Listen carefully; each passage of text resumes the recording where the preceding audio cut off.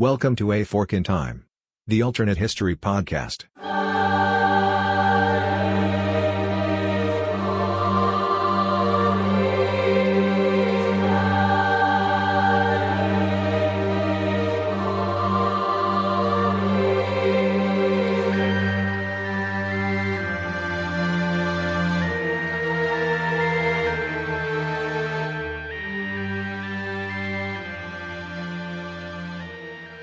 Welcome back to A Fork in Time, the Alternate History Podcast.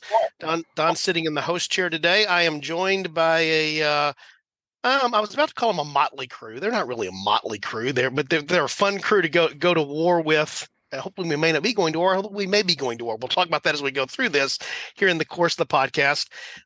Today we're going to pick back up a topic that we promised our listeners well over a year ago. We said we would do, and we're actually going to be better about keeping those promises. A lot of times we talk about, well, we're going to do this, we're going to do that. You may recall that we had on as a guest, both on the room where it happened and then for a Fork in Time episode, Dr. Beau Breslin, who wrote a book about the concept of generational constitutions. If you weren't a listener to the show back when that happened, you're going to find links to all those episodes in the show notes, so you can go in and pick up the concept that's there.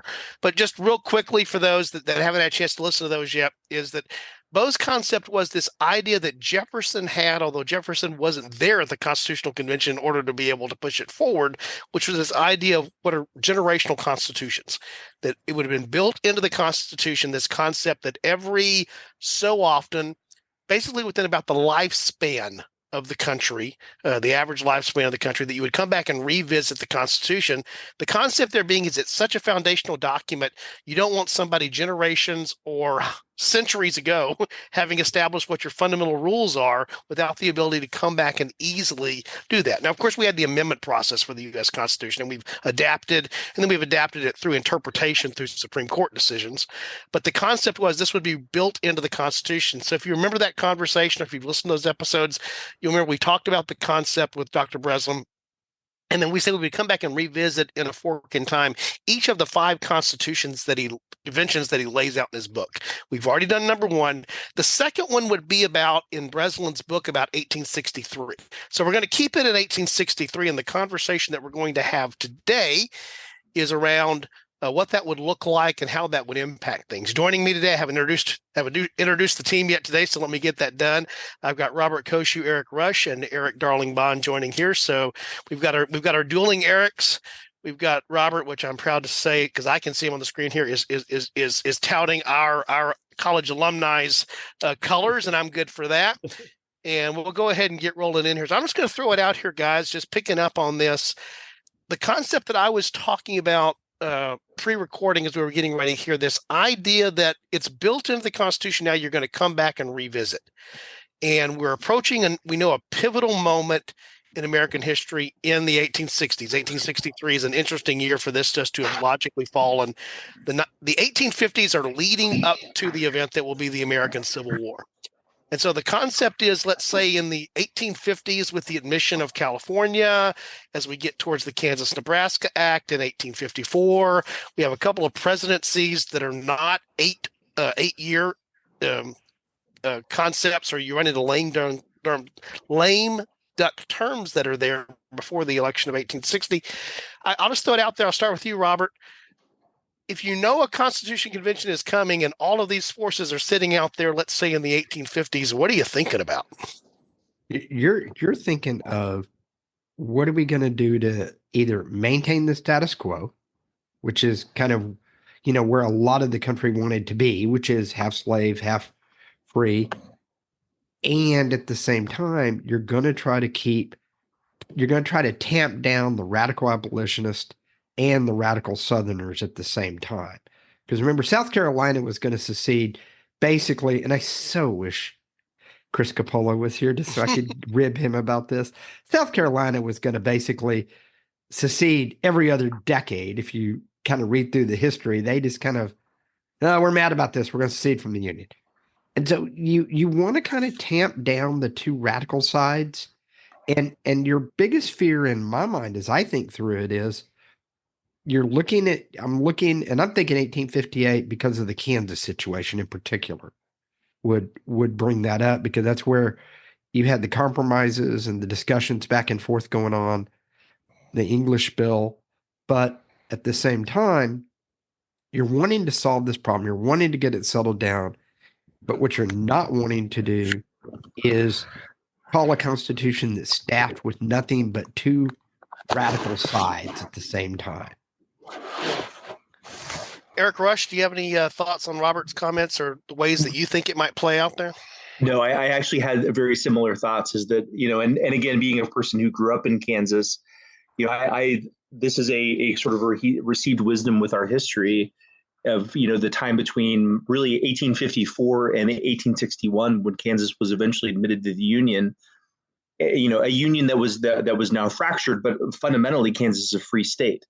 There is a high school in Lawrence called Free State High School. I used to go to a bar and restaurant in Lawrence called Free State Brewery.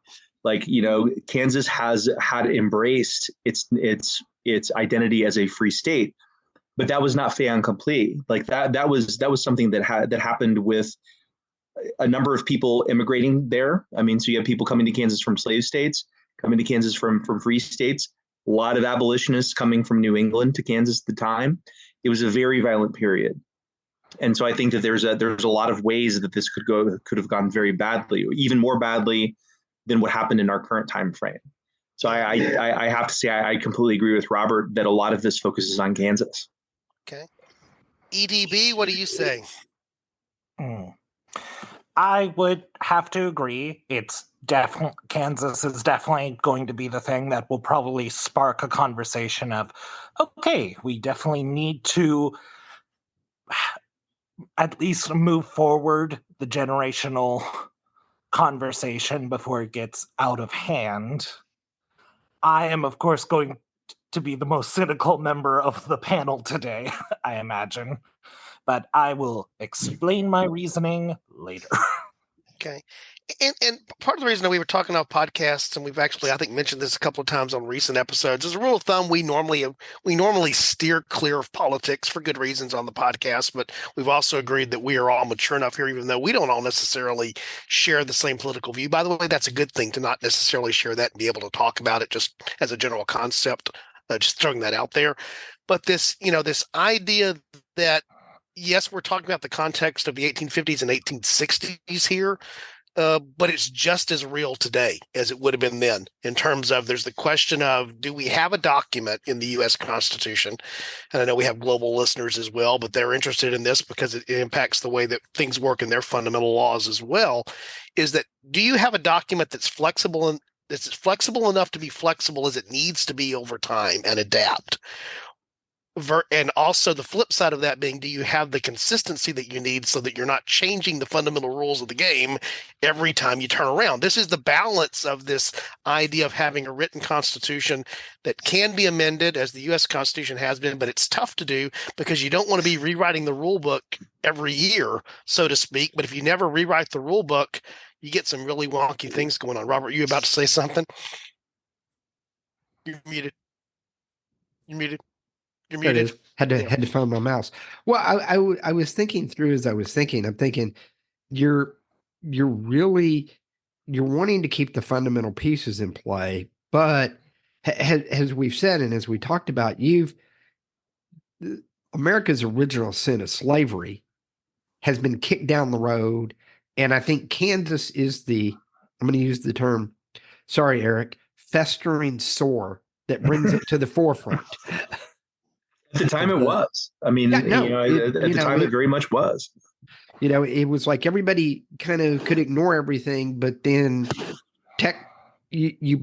Texas gets annexed, and that in and of itself becomes a semi-controversial.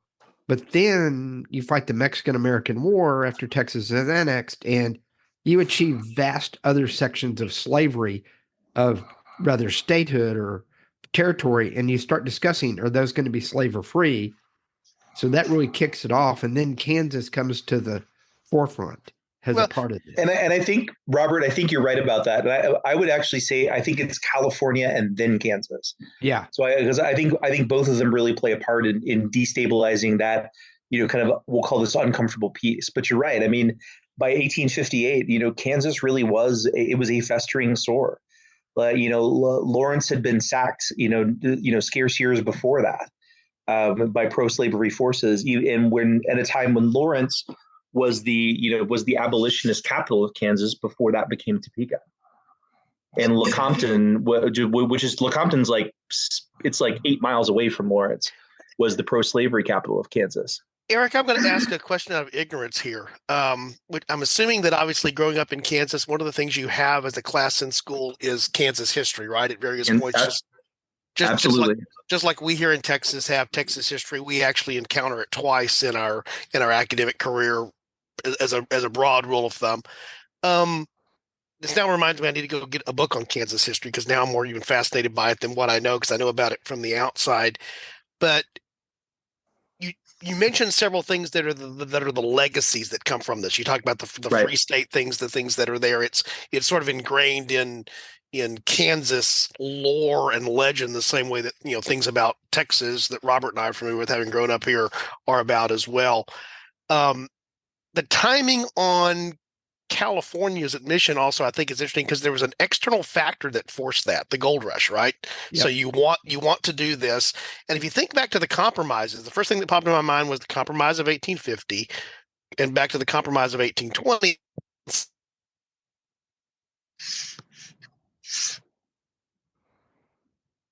I think Don just we'll pause a little bit, guys. I think Don just Yeah. okay. I Yep. think I know where he's going with this one. I mean, we can talk about John Brown's Potawatomi Massacre, or any number of other things. Although that happened somewhat away from. There he is. He's back. Oh yeah. You okay, Don?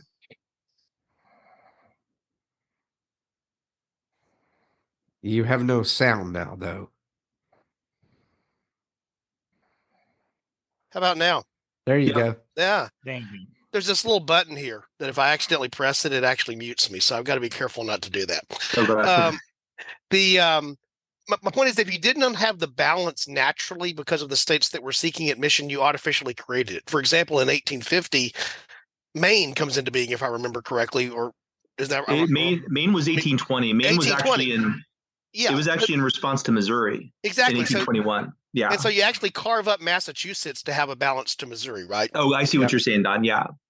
And so, you come along with, as we mentioned, the other instances of who was admitted was, okay, you were able to admit, okay, one on this side, one on that, one for you, one for us, one for you, one for us. And then we'd reach the point where, okay, the other way we'll do this is through self-determination, popular sovereignty, which was the approach that was taken there that didn't exactly work out very well. No. But getting all this around now to the historical what if, none of that in the real historical timeline had an understanding about when you were going to come back and revisit the fundamental thing, when you're going to revisit the Constitution. In our hypothetical timeline here, because of the concept that gets brought in from Jefferson, is we know when that's going to happen. The clock is ticking. You know that in 1863 you're coming back around to the table. So my question that I asked off podcast, now I'm going to ask on podcast, is, does that make you more likely to say, well, maybe we'll wait and see what happens there? Maybe we can prevail there. Or, as we sort of led off with the questions that Robert and Eric both responded to, does that mean you sort of preemptively decide to do something else because that's not going to work out well for you? And I think that it's going to hasten what was at that point inevitable. So the event that really kicked things off in 1860, at least the immediate event was the election of Lincoln, kind of kicked some things off. But I don't think in this instance, because we know what's happening, or we know it's going to happen, or what's supposed to happen, I don't think they wait for that. And so I think let's assume that California is admitted in 1850. I think it's 1850, 1850, yep. 1851. I think it's 1850. So California is admitted in 1850.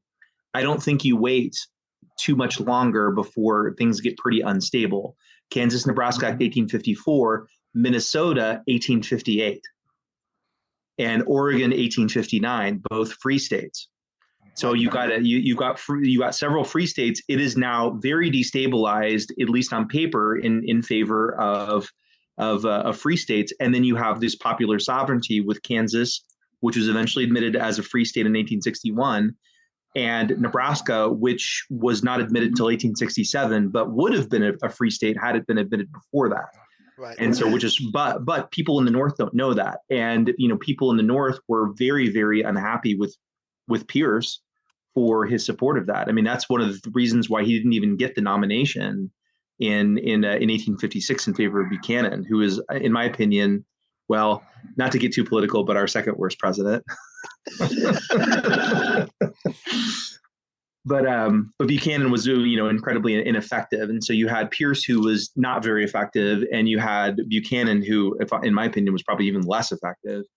And so by 1858, you are sitting on a bloody Kansas. You are sitting on the potential ascension of Minnesota as another free state, and you have a completely, frankly, a fairly incompetent president at that point. I think 1858 is a powder keg. And I think Robert was actually really astute in picking that year. So if it is, go ahead, Robert. So, and here's where it goes. So, your convention's in 5 years. So, one of the premises of the book in the convention is the states pick their people, or if you remember correctly. So, it's in 5 years. So, because they know it's in 5 years, we have a really, I'm just going to say, incompetent president, and everyone knows that.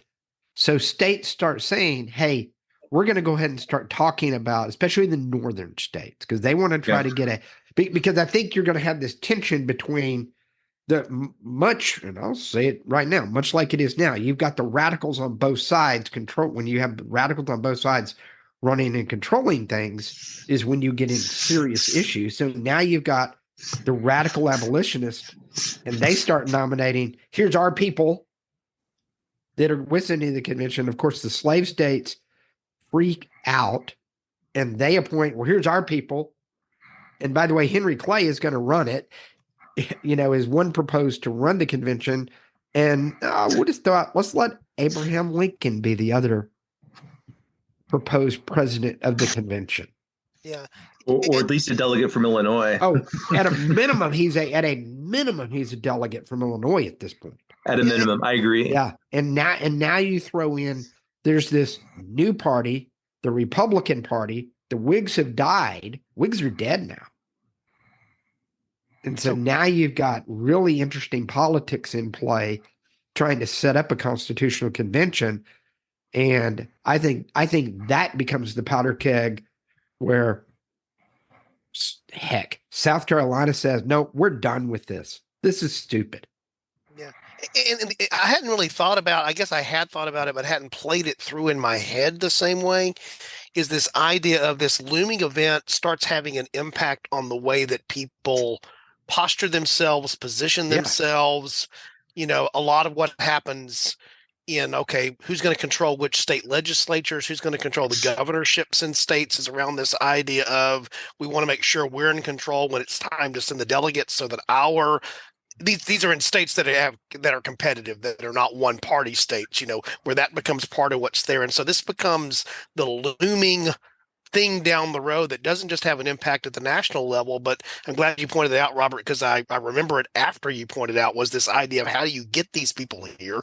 And the logical thing is they come from the states. And so you've now taken national issues and you've thrust them down to whatever the state politics are. And the state politics we've talked about now are this is a rough time for what's going on there. Yeah. And then the other question is do some states become states earlier because of this? Correct. So again, we have our timeline. So what is the population required for a state to have to ascend to statehood? And the answer is 60,000 people. Right. And are there other states that are trying to pack the convention essentially by pushing forward the admission of states ahead of when they might have for some other reason? Absolutely. And so, by 1858, Minnesota in our timeline is already a state in 1858. Kansas had 100,000 people by 1860. So Kansas would have been ready to be a state, at least in theory. I would assume Oregon would, by 1858, by population, would have been ready. And so, as there's some impetus to pack these states, and Oregon and Minnesota were never going to be anything but free states. Like that just was never going to happen. Right. Kansas was at least momentarily a question. But by 1858, is it really a question? And if it is a question, how bloody does that become? I mean, we have this whole, we have the concept of bloody Kansas and the border wars, and it was bad enough. I mean, it was bad enough the way it was. But if we feel like a constitutional convention 5 years hence is going to hinge on the opinion of Kansas, then you're going to have people are going to double down. People are going to double down. You're going to have more people coming in from New England that are abolitionists. You're going to have acceleration of Western Missouri and Arkansas immigration to Kansas. I mean, it's going to, I think at the at the end of it, it makes me wonder, like, does this end up with Kansas being a much larger state? It's about 3 million now, so it's not a terribly small state, but it's not a big state either. I mean, geographically, it's huge, but from a population perspective, it's not a huge state, but. Does it become more like Colorado or Missouri, which both have about 6 million people? I think that's an interesting question. And I'm going to be the Texan in the room for a moment, Don, and say, with this looming, the way this is shrinking down, what's a way to pack the convention quickly? Well, there's split Texas into a billion states. Well, no, it was part of the Treaty of Annexation. Yeah, they could become 5. They could become 5 states. Absolutely, They could. And then packs it quickly. Yeah, I think Eric Sterling Bond and I did. I think you and I did an episode where we talked about the whole concept of California at some point, and it having perhaps more than one. Yeah, again, California did get approved to follow through with its plan of breaking up into 2 states, like it passed the referendum in California, with Northern California staying as California and Southern California becoming Colorado. That's right. But it never got approved by Congress during the war.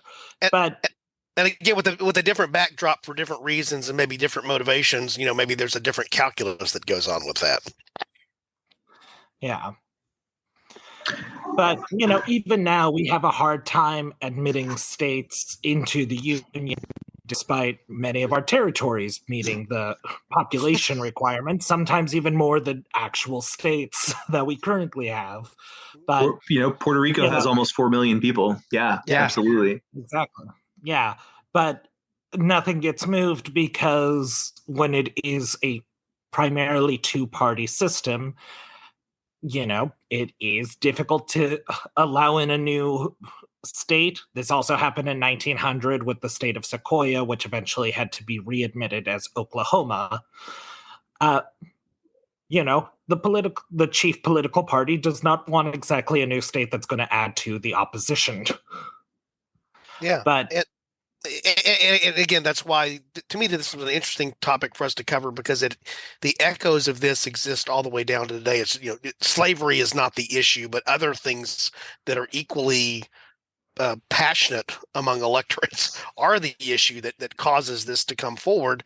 And again, it's this fundamental thing of, for example, slavery here. Slavery was, Eric, I think you used this term, was kicked down the road. The can was kicked down the road, from the original Constitutional Convention. We know that.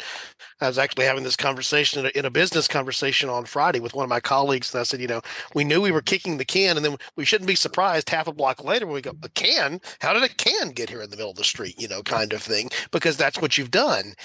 And again, going back to the original concept, I've wandered around here, but this is where I sort of wanted to go to frame the rest of this discussion is, initially, I think Jefferson's thought behind this has a lot of noble elements to it. What we talked about with Dr. Breslin and the concept that's here, this idea of, I should not be making fundamental laws for somebody, my grandchildren down the road. This idea that you would keep the document fresh, you think naturally is a good thing, until you realize that once you bring in something that's going to change the rules and when it's going to happen, it's actually potentially more disruptive than it is in terms of maintaining continuity. Did I explain that in a good way? It's a good concept, except that when you actually try to apply it in the world, it has these perverse outcomes, these perverse incentives that suddenly rise to the head. I think it's well said, and I think one of the best aspects is just the treatment that Dr. Breslin gave it. I think he helps us really understand sort of the context of the history at the time by using this as an illustrative tool. Right. And I think that's the genius behind it. So I guess my fundamental question is, we've talked about it here, the background that exists in the 1850s leading up to 1863. I'm just going to go around the horn here. Robert, you're in my upper left, so I'm going to start with you. Does the country make it to 1863? I don't think so. I think either the election of Lincoln, that I think still happens in this time frame, or it splits even earlier, which then becomes intriguing from a concept of, because after the election, South Carolina and several of the other states, I want to say pretty much everybody but Virginia and a few others, had pretty much seceded during Buchanan's term. He was still technically president, because remember, we used to wait until March, I think it was, or Right. April for Inauguration Day. And they all seceded like the day after the election, basically. And Buchanan kind of sat on his hands. Winfield Scott went to him and said, I want to put troops in these states. I want to load up the forts. And Buchanan was like, well, I didn't do anything. And so I think this triggers earlier. So now you've got Buchanan sitting on it. And does the South, I guess my first question would be, if it goes early, does the South actually get to the point where they have a quote unquote better organized army, but they're missing Robert E. Lee, for example, and a few of you have Beauregard in control at that point? Yeah. I think so too. I think that's spot on. The only difference is I don't know that we make it to Lincoln before things really start to hit the fan. So under that scenario, Eric, that's where I was about to go, and I was going to ask you the question. So now knowing where you stand on that, Lincoln is unique in terms of his commitment to keep the Union together, and he will do that by force if necessary, right? Correct. So Eric Rush, do you think, Buchanan or even anybody else has that same, in other words, there may not be a civil war because it's like, okay, you guys want to go, kind of thing. Would there have been more of that type of thing, or do we actually still get the desire to keep it all together? I think there's a desire to keep it together. I don't think there's a competence to keep it together. So in my opinion, besides Lincoln, there are only two other presidents who would be equal to the task of keeping the Union together in this way. And those two presidents are Washington and FDR. I think those are the only two presidents that honestly would have the kind of organizational competence to do that. And I still think of those, I would argue Lincoln is the best of the three, but I think those three are the best of the 46. And so I don't think Buchanan, being, my opinion, 45 out of 46 has no wherewithal to keep the Union together. He will state that he wanted to. I have no doubt that he will want to keep the Union together. I just don't think Buchanan can.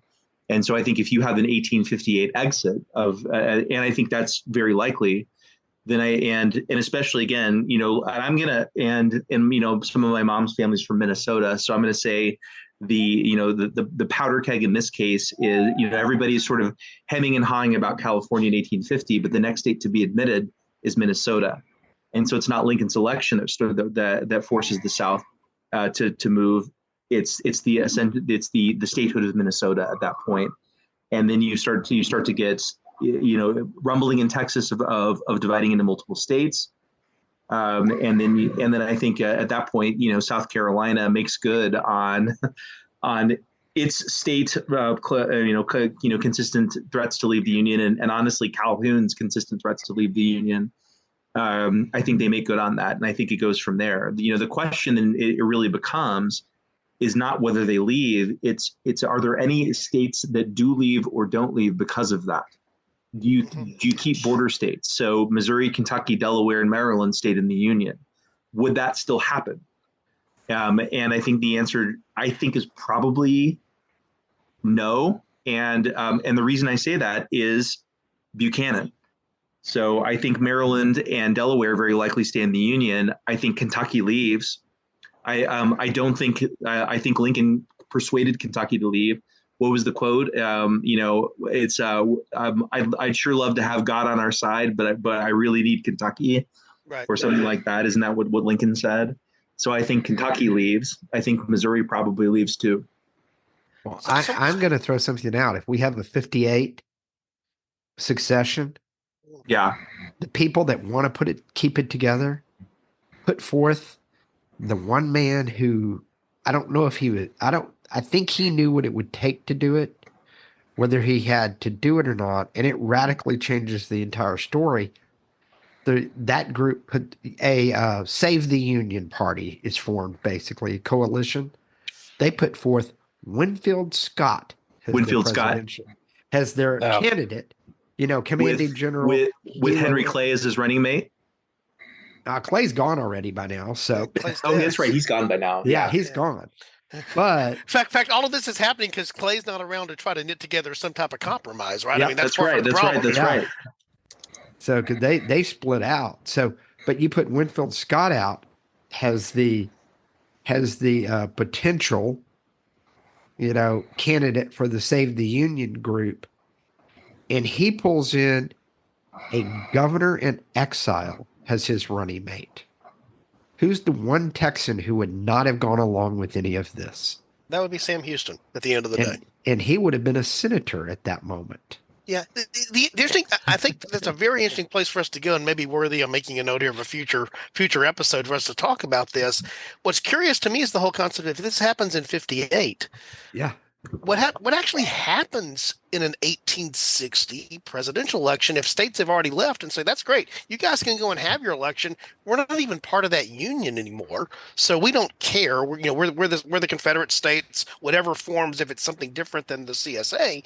But this concept of, I think you would have this potential for somebody being elected by whatever's left of the union, elected on a restore the union, save the union type of thing, where the whole election of 1860 then becomes around who is best served among the free states that have remained to be the president, because now we're going to go force those guys to come back. They think they can walk away. This was not the deal. They've got to come back. Now we have to go and compel them to do it. And again, we've already established Buchanan ain't that dude. Yep. Well, and my thinking of the radical change here is because if Scott is the presidential candidate, Scott's home state is Virginia. Yeah. Virginia stays. Who else stays? Well, then you have a Lee that stays. In fact, it's even illustrative of how it was thought of at that point. Yeah. We've all heard the stuff, about how Robert E. Lee referred to, when he referred to his country, he was not talking about the United States of America. He was talking about Virginia. Yep. Yeah. If I may, guys, suggest a counter idea. Sure. Okay. I don't think the abolitionists even get invited to the 1858, based on a few things. One, in 1837, states like Missouri passed laws banning the circulation and publication and outright speech about abolitionism, which they saw as inherently destabilizing. Pierce and Buchanan had both sided with the pro-slavers in the Kansas conflict. I think they just stack it with what became known as slave power once Abraham Lincoln is given the nomination in 1858 to be the Republican nominee. Now, I still think Lincoln wins, and I still think the Civil War happens with that same divide, but I think the CSA is going to run its own 1863 convention, and the US is probably going to do the same at the exact same time. So there are dueling conventions going on about what the future of the country might look like. Now, that is maybe way out of left field, but just based on how, because abolition was still a minority opinion, and it wasn't done for really passionate reasons until during the Civil War about opposition to slavery, because most new states that came in tried to write in rules banning any African-American person from entering state lines as a way of like, well, we're not slave, we're not free, we just don't let Black people come into our country, or our state. So that's where I'm coming more from, the idea of just, I think they would try to do it as a salve of saying, like, hey, slavery is definitely part of our Constitution, which also then gets decreed as another example of what was called slave power, just like is it the Dred Scott decision at this time? Yeah, the Dred Scott decision was in correctly? 57. Yeah. That's also Yeah. part of the background that's leading up to 58, because one of the things that the Dred Scott case did was denied Black citizenship in various ways, but also basically as a result undid the Missouri Compromise, which had it shook the card, it rattled the table such that that it was one of the pieces that's falling into place to the real timeline we know, what's driving us to 1860, Lincoln's election, and then now that's the catalyst thing that's going to cause things to lead to South Carolina feeling the need to expel some federal soldiers and take over a fort out in a harbor in a particular place called Charleston. But interesting. I had another thought about this, and so is which states secede and when, and so it was all the Deep South states that initially seceded after South Carolina, right? And then the border states ended up staying, but check my dates on this, because I forgot that Henry Clay was dead by now, so maybe my dates aren't so good here tonight. But what I recall is that it was not until the federal troops mobilized that Virginia, Tennessee, North Carolina, and I think Arkansas decided to secede as well.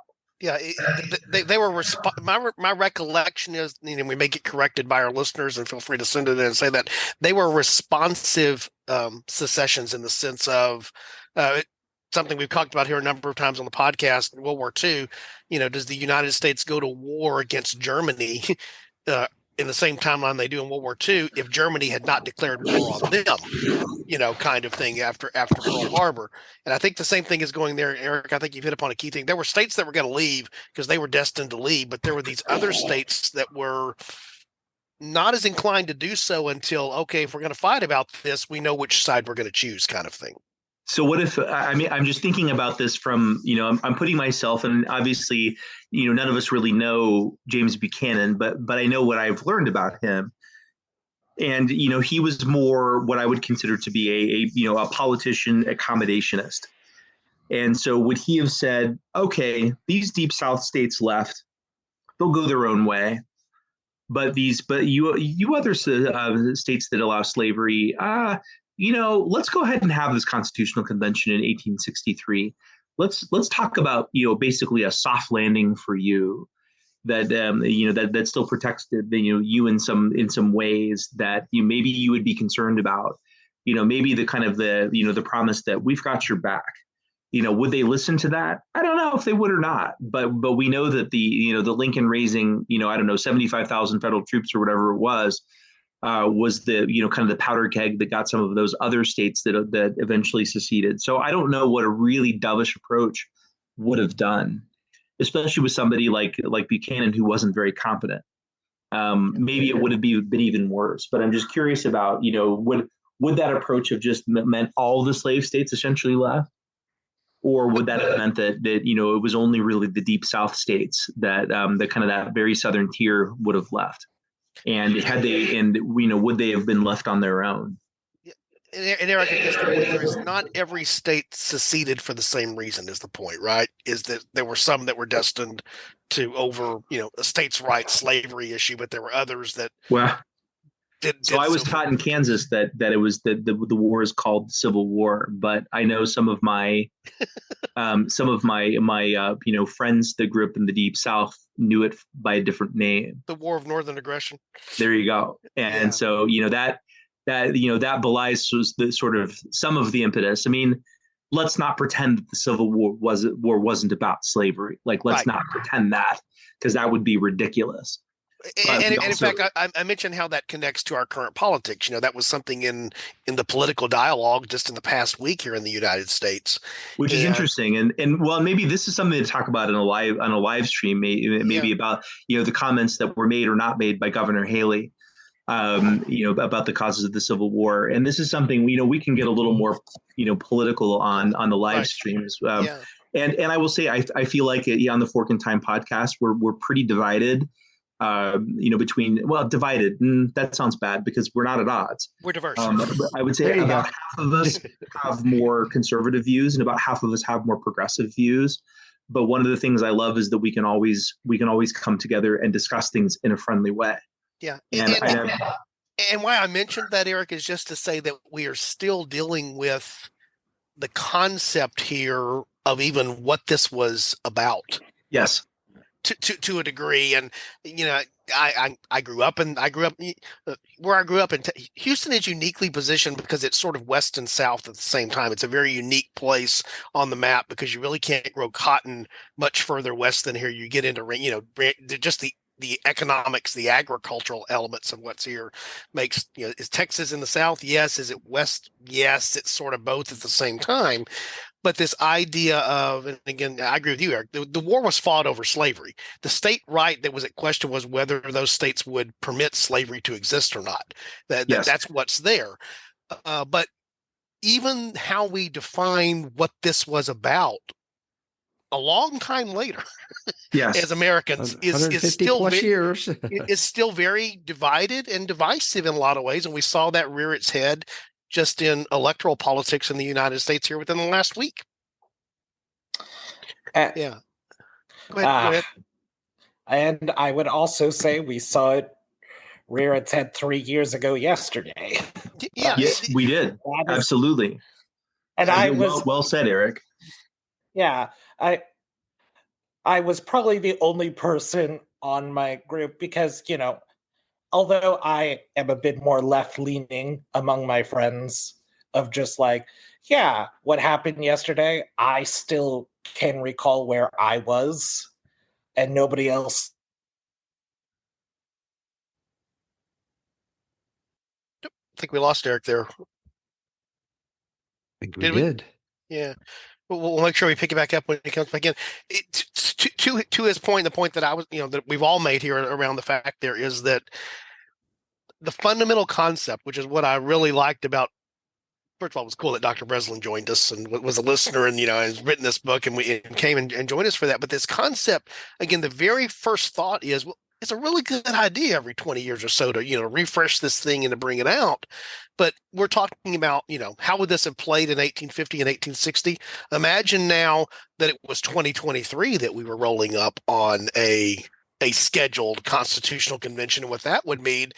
It would be different. It would be different topics, different subjects, different areas of disagreement, but it wouldn't be any easier. I mean, I guess that's the whole point. Yeah. You're back. Oh, Eric. there you go. Go ahead, Eric. Oh, hey, everybody. Basically, it was just, I can imagine someone from that time period who's going through all these chaotic events, but they're just one person and thinking like, well, I guess this is just how the world is. Right. Like, I guess it's just another day. Well, and one of my colleagues likes to say, if chaos is the norm, then if chaos is the norm, you don't have a word that describes chaos, is his point, because that's, that's just what you assume to be the norm. And unfortunately, throughout much of not just American world, all history is dealing with this. It's the natures of those that are trying to maintain the status quo. The broad, big conservative concept of let's keep things the way they are versus, whatever label you want to put out. I like the fact that you use progressive there, Eric, versus, other labels, which sometimes get used the way that they do. But this idea of let's do something different, change, progression, whatever. And there's this tension that has existed throughout history and will continue to exist between those two things. And then it's what is the forum that you use to balance those two things out at the end of the day? Well, in the United States, we do that through a constitutional system where we agreed what the rules are, but you can't cover everything. Somebody has to make a ground ruling during the middle of the game every once in a while. Yeah. Hey, absolutely. let's all agree that as Americans, we all love our country, and we're all much better off that we didn't go with the parliamentary system, because that looks even worse.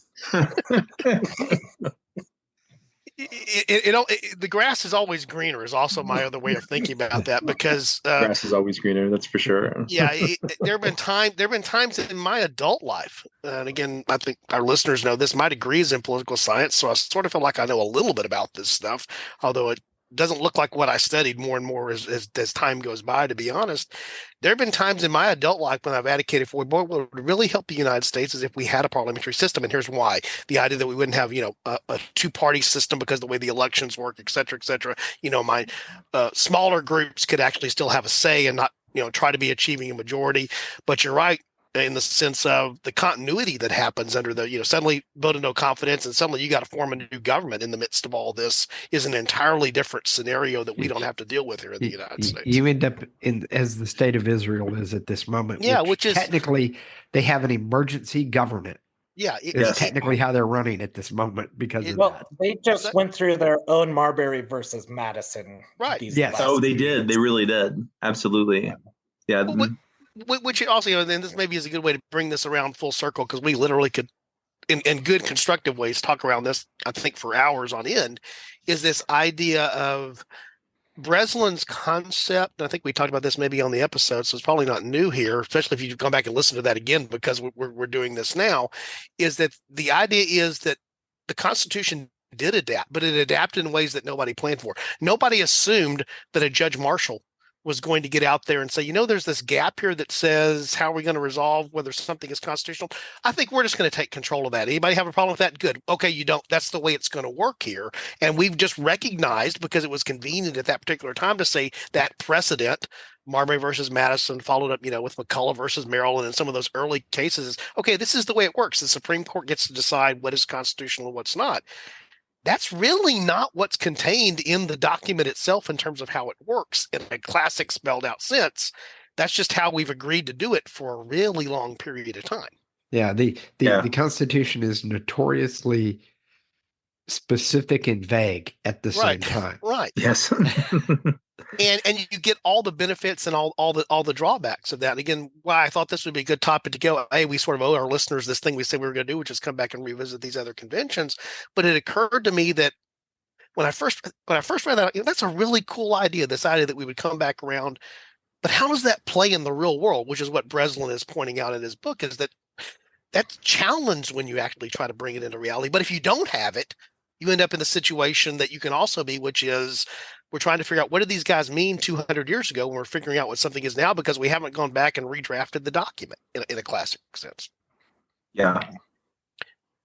I think we get a very different Civil War in the sense of sort of what Robert was mentioning here, the dynamics of the conflict, what Eric Rush pointed out here, who leaves and who stays and why they leave and what stays, becomes part of what exists there. And I think you're much more likely to end up with either a more protracted war because the sides are more evenly balanced and have more time to actually prepare for this war, or you end up with something that reaches a stalemate and a settlement, which actually means that you don't end up with a final resolution that like what we have in the real timeline. And I can see either scenario coming out to be the case. Yeah, I think you end up something akin to the turtle dove with the long protracted. There's one war that goes for a couple of years, and then there's a World War I type stalemate, or North Korean type stalemate even. And then things fire up again 10 years later, and then you get to a stalemate, and then 10 years later things fire up again, and suddenly we have the American version of the 100 Years' War. Basically, yeah.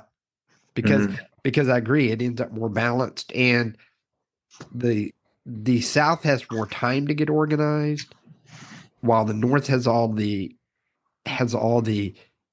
basic benefits. The North does not have the leadership it needs to make things happen. Because if you really look at the Civil War, it was a near-run thing that the Union forces, the forces of the United States of America, were going to win that or not. Big question mark until late 1863, early 1864, and when Grant takes command and gets command of the whole Union Army, because you had the governors holding back all the militia forces in their home states and doing this, and no real for lack of a better term, coordinated approach to the war. And if you've got Buchanan as president, that's even more protracted out. Right. At that point And when it then whatever starts. happens as a result of when you have a protracted, if you have a protracted conflict, what happens in the internal politics, the elections that come along for each of those, Yeah. be it the still together part of the United States, the Confederate States of America, or whatever formed as in this alternative timeline. We didn't even go into what that necessarily looks like. You mentioned earlier, Robert, the idea of Texas taking advantage of its option to divide into 5 states. I could also see Texas just saying, we're going, guys. We're leaving, and we're leaving Bye. on our own. We're leaving on our own. We're not joining this other thing. We're just going to leave on our own, and creating that sort of scenario as well, where you don't even have sort of this binary thing that we think of, the Civil War, being the North and the South, but you end up having this. There's the original U.S. sort of the northern states, the Union that's left. You have the CSA. California and Texas say enough of this. We're far away. You can't really govern us anyway. We're just gonna break out and be our own thing. Maybe if James Buchanan didn't end up in a relationship with Rufus King, maybe if he had somebody else instead of their supposed romance, maybe that things would have turned around. But that's speculation and not the plot of a romance novel I may be writing. So that you may or may not be. And by the way, Eric Darling Bond has settled upon what is definitely going to be the title of this episode, I think, in the in the chat. So when you see the title, know that that's been staring at me here for about 15 or 20 minutes in the chat, and I haven't even mentioned it. But that's going to be courtesy of Eric. Coming up on the time that we had allotted for this, guys, I know we've sort of wandered all over the place, which is one of my favorite types of Fork in Time type episodes. So I'm going to go around for final thoughts. I'm going to start with you, Dr. Eric Rush. Yeah, I guess I would say I think that this Civil War happens. It happens earlier. I do think it happens for a longer period of time, and I do like the idea, kind of the concept of the turtle dove like Cold War that is punctuated by a number of hot wars. I think that to me that makes a lot of sense. Okay, Mr. Koshy. Yeah, I tend to agree with Eric because I think it splits in 1858 and things they go much more different than we thought it was going to. Okay, Mr. Darling Bond. I think if everybody acts in good faith in 1858, which I've expressed some doubts upon, if everybody acts in good faith, there will definitely be an earlier Civil War and a more protracted Civil War. Yeah. And I agree with all of those things. I think we'd already come to that sentiment as we worked through this. I think the other thing that's really intriguing there in my mind, again, potentially a different episode or just for our listeners to think about or maybe give us some feedback on in our Discord is, if you have a different CSA, you have a different Texas, what happens as you move into Central America, to South America, the types of things that would be the logical things that might happen as a result of that, because you don't have, the same U.S. politics that exist post 1865, for the Manifest Destiny expansion into the West, those types of things. You have different competing. Right now, Apple TV is finishing up season 4 of For All Mankind, which is an interesting alternate history. If you're not familiar with that, about what if the Soviets win the moon race, and one of the things that you see from that, which is like an underlying theme, because they're now into the 2000s in the timeline that they've created. 2003 is the current year. 2003. Yeah. Is that what you see there is technology has sped so much faster in this alternate timeline than it did in the real timeline. The reason is the competition that's spurred by that spurs the technology and spurs it in different ways, such that you actually get there's the broader big difference in that timeline. By the way, I recommend the series for those that haven't seen it. The first 3 seasons are much better than highly recommend. Yeah, I don't know. I really like the 4th season, but highly recommend the show. It is a really good show. It's a really good show, and if you like what we do here, you'll love that, because it's a version of that. But the thing that really strikes me is, they're in 2003 there, and they have smartphones, for example. That struck me on one of the episodes the other day. Is that's the nature of how this is flown, because they've already got a base on Mars. God, they have a colony on Mars, and they have cold fusion. Yes, like the smartphone's great, but yeah, exactly.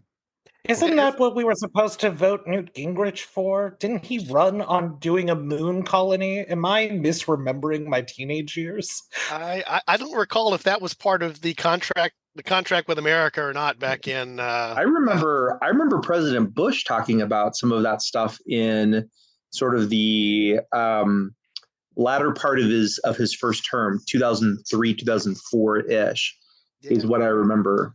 Yeah, we're supposed to be going to Mars long before Elon said we were going there, but that's a whole other thing. But I just think about, again, that's my corollary off of this. I think you would have very different ripples that would flow out from beyond the United States because of the change of the dynamics of the powers that we think of as being the United States today. That would be different powers, and thus be, are they competing over Cuba? What's going on? Is there competition? Does Napoleon III west? Take over Mexico? Well, exactly. Places we've been before. That's the. All right. I shared this on an episode that actually these guys haven't heard because Chris Coppola and I recorded yesterday. So you guys will hear that episode this coming Friday. But Eric, you mentioned the live stream. So I want to do a quick plug here for the live stream. And we've got some ideas floating out there. And one of the ideas is that we will actually do a live episode on the live stream. And the concept will be that we will come to that with probably 4 or 5 potential topics for our live stream listeners who show up for the live stream to vote among. So we will know generally what we might be doing the episode on, but we will go into, as Chris called it on the episode yesterday that we recorded that you'll hear before this. So you'll have heard this before you hear this. It'll sort of be like an improv podcast, which is what we do half the time anyway. So it's okay. Just been live there with the opportunity for our listeners to interact with us, which is the cool part of that. And go ahead, Eric. I said, no, I love it. I love the idea. I think that's great. I'm down. Let's do it. And that's where we will throw out, I'll explain this a little bit more, and you'll see some stuff on the website about the bingo cards that we'll have for our listeners there to, while they're listening to the live podcast, somebody will bingo based upon the things that the team says that they regularly say throughout the podcast.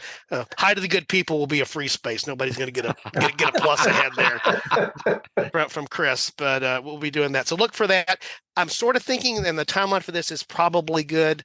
We're coming up on our 200th episode. So the idea that the 200th episode would be the live stream is sort of what I got kicking here.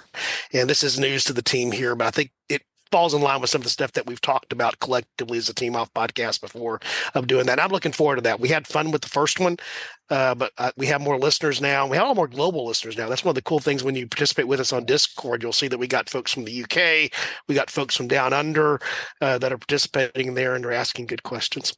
So having said that, I want to thank the team here. I want to thank you guys for listening to us as well, our listeners. I just mentioned that we do have the website, www.aforkandtimepodcast.com.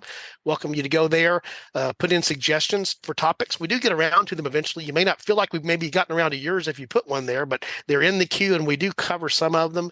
And of course, that's also where you can find other things about the show, the back catalog, all the other things that are there. I mentioned our Discord server when we do a good job of posting things there. We do get good interaction there and questions that come back. And I think Eric Rush was the one suggested this. One of the things we will try to start incorporating in is sort of almost like a viewer mail bag type of thing where we come back and address some of those comments at some points. In fact, that may just be a whole episode that we take as like a viewer mail episode where we go in and talk about some of those Discord comments, which harken us back to other shows. So we're getting our mojo back. We're getting our consistency back, which is good. And we'll go from there. So I'm going to sign off on Robert's behalf and Eric's behalf and say thanks for listening to A Fork in Time. And our suggestion is if you happen upon a fork in time, you should take it. Thanks.